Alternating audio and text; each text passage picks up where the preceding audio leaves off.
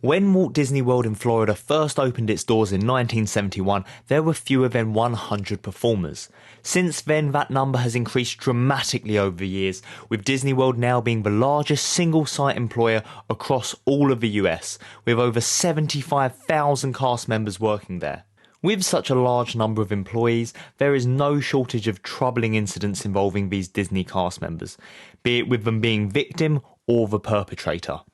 In 2005, there were a reported 773 injuries in Disney World, Florida to the employees who portrayed the 270 characters throughout the parks. 282 of these injuries were due to the costumes themselves, some weighing up to 47 pounds, or 21 kilograms, causing things such as neck, shoulder and back strain. Some of these costumes being so large in fact that once inside, performers must be picked up via a forklift in order to be lifted onto a parade float, with 49 of the 282 costume related injuries being linked solely to the oversized, heavily weighted headpiece. Disney, to their credit, has since recruited the help of former NASA engineers and military researchers to create more lightweight and comfortable costumes.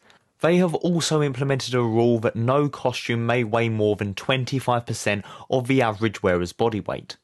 Disney has also been open to feedback from performers regarding costume comfort, with Winnie the Pooh and Sully costumes being redesigned to be far less cumbersome. Disney also go through detailed training to their new performers, showing them how to bend down, pick up objects and other necessary movements required whilst in the costume. During the warm summers, especially in the parks such as Florida and California, the costumes can overheat so much that the wearers have been known to pass out. Disney has attempted to combat this through the use of air conditioning units or ice vests. However, these would often break or, in the case of the ice vest, quickly melt, leading to even more unnecessary weight being placed upon the wearer with no added benefit. Reduced vision inside some of these costumes has also been called into question. Which brings us to the first incident on our list.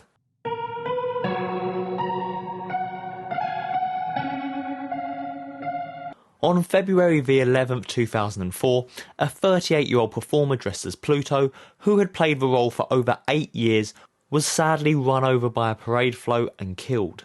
After taking photos with guests in the park, Javier Cruz, who was dressed as Pluto, went backstage in order to prepare for the upcoming parade, but had accidentally walked into a restricted area just as the parade floats were rolling out. Cruz slipped and fell between the sections of a Beauty and the Beast float, which was part of a Share a Dream Come True parade, and due to the bulkiness of the costume, was unable to get back up in time. This occurred behind the driver of the float, preventing him from seeing and stopping before the tragedy would occur. Pluto was crushed under the wheels of the float as it drove over him. As a result of this tragedy, Disney were fined $6,300 and retrained their parade performers and increased the number of spotters, whose job it is to watch out for any potential hazards whilst the parades are happening. So next time you're in Disney World and you see cast members walking alongside a float, you now know the real and very sad reason as to why they're doing it. Although, what's perhaps more dangerous than the costumes themselves might just be the people who are dwelling within them. Which brings us on to our next story.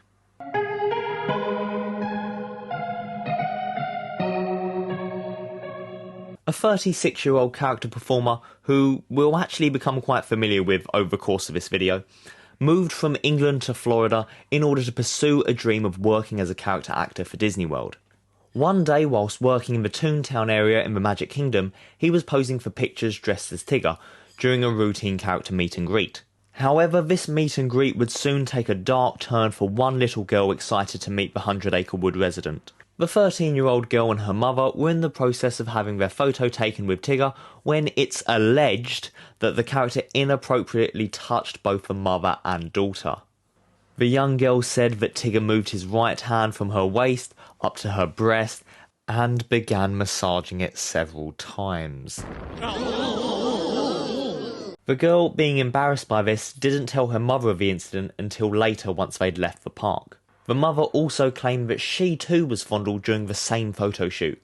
However, no criminal charges were filed based on this allegation.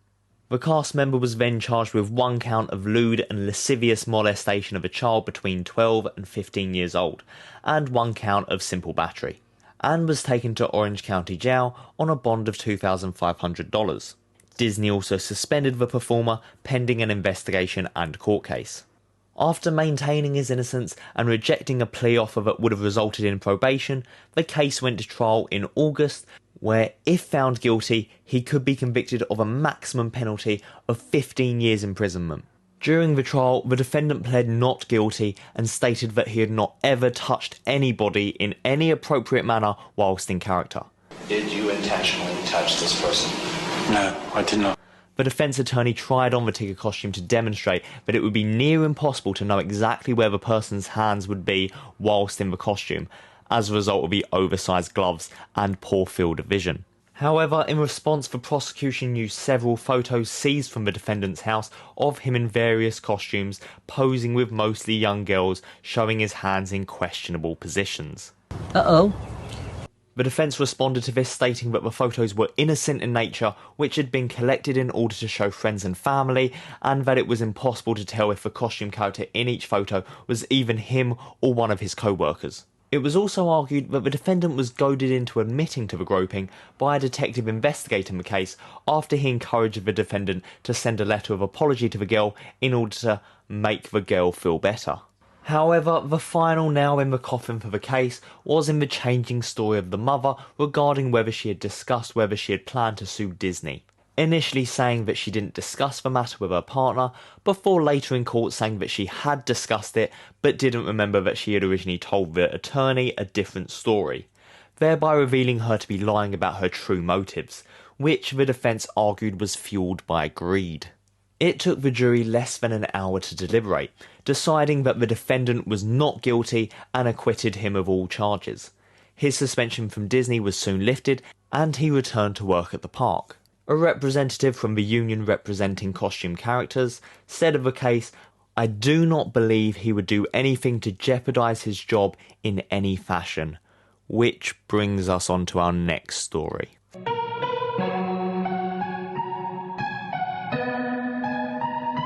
Sticking with Tigger, who on returning from his suspension took on the role of Goofy. Only having been back a month, it didn't take long for trouble to find him once again. It was claimed that he shoved two photographers, a male and a female, working for Kodak. The Kodak employees initially brushed off the incident, believing it to be their friend joking around. However, upon later seeing Goofy remove his headpiece backstage, they noted that this was not in fact their friend and decided to report the incident. An attorney representing the Goofy performer stated at the time, of course he was goofing around because he was Goofy. The attorney went on to say that since the molestation charges, Disney saw the performer as a liability and were looking for an excuse to get rid of him, calling him a walking bullseye, which is actually a different guy. So he was once again suspended by Disney until all the facts were known. However, as part of the investigation, further more serious allegations came to light. Two further cast members working the animal kingdom claimed that he had touched their breasts. They claimed that he had touched them whilst viewing their Disney pin lanyards hanging around their necks.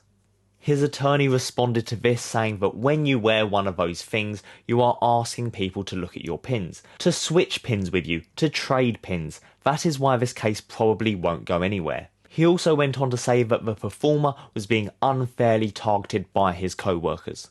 It is believed that no official charges were held against the Goofy performer, and he has since returned to England and cut ties with Disney.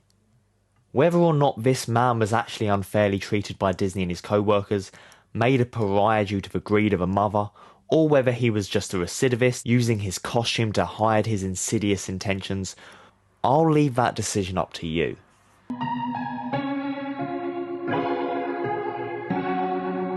It seems that Tigger just cannot catch a break. Whilst completely unrelated to the previous cases, this altercation again puts the character of Tigger under fire. In 2007, a family from Greenville, New Hampshire were visiting Disney World and attending a meet and greet to see Tigger. The three children and their mother approached Tigger whilst their father filmed it. And seemingly out of nowhere, Tigger just grabs the oldest son of 14 years by his arm, pulled him back and then punched him in the face. When later asked how hard he was hit, the victim said, "Pretty hard. I could still feel it even though he was wearing the padded gloves." It is claimed that the attack was unprovoked, however opinion is divided over whether or not this is in fact the case. It has been argued that as the 14-year-old's arm was behind Tigger, he may have been pulling on the costume or trying to unzip the back of it, provoking the Tigger performer to react. However, in response to this, the father said, "At first I was upset at my son, I thought he did something to Tigger. But then I review it and it's pretty clear, for no reason he just clocked him in the face." The son also agreed that he only had his arm around Tigger and did nothing to spur the attack, saying, "No provoking at all, it was just out of the blue." The cast member was then suspended and an investigation was launched. Disney also phoned the family in order to apologise, however the Tigger performer refused to apologise or justify his actions. The father of the victim further recalled, "The general manager apologised to me, everybody will come up and apologise to me but Tigger. He won't be a man about it and get out of a costume and come out and apologise to my son. I didn't want VIP treatment, I didn't want an extra day at Disney, I didn't want any of that. I wanted him to apologise, and that is the one thing that they won't do." The family spoke to the Orange County Sheriff's Office and filed a report of battery. A further investigation was then launched. The Tigger performer told the Sheriff's Office that he had lost sight of his spotter during the course of a photo shoot and felt someone coming up behind him and pulling his costume back, knocking him off balance and causing the headpiece of the costume to be pulled back and restrict his breathing. After this, he then left the area to get his costume adjusted. Who was actually telling the truth on this matter is left up to your own interpretation, as despite the incident making national news, no formal charges were filed against the man portraying Tigger. So far in this video we've looked at character actors who may have been to blame for criminal activity. However, the true danger appears to be far more weighted against the performers. With them interacting with thousands of guests every day, the chances of some of these guests having ill intentions is all too common of an issue.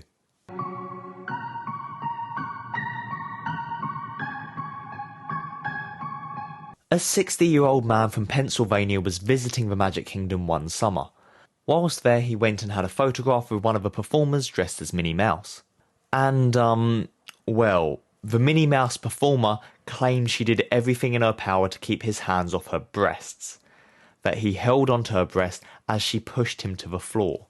The Minnie Mouse costume has a padded headpiece, gloves and shoes. However, the midsection of the costume has only a very thin layer of padding, meaning that unlike many of the character costumes, the performer here would have felt the full extent of the inappropriate touching. Initially, the accused man was offered a plea deal, in which he'd plead guilty and serve 25 hours of community service.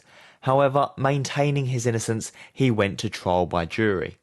The man previously had a clean criminal record with no previous offences. The defence stated that there were 9 other people around at the time the supposed incident took place, including the man's family and the handlers employed to watch over the character, with not one of them seeing the alleged incident take place. Furthermore, the CCTV cameras didn't show any inappropriate behaviour, so this was looking like an open and shut case. But then the defence made a grave error, claiming it's a mouse, not a person. Meaning what? That it's fine to grab a mouse's breast? A frankly insane defence. A further mistake was that the attorney elected not to give the 60-year-old the opportunity to explain his side of the story, believing simply that the case would be thrown out due to a lack of evidence. This lapse in judgment in part led to a guilty verdict being given, with the man being convicted of misdemeanor battery, with his sentence including writing the victim an apology, serving 180 days probation, and completing 50 hours of community service. Furthermore, he had to pay $1,000 court costs and potentially undergo a psychological evaluation.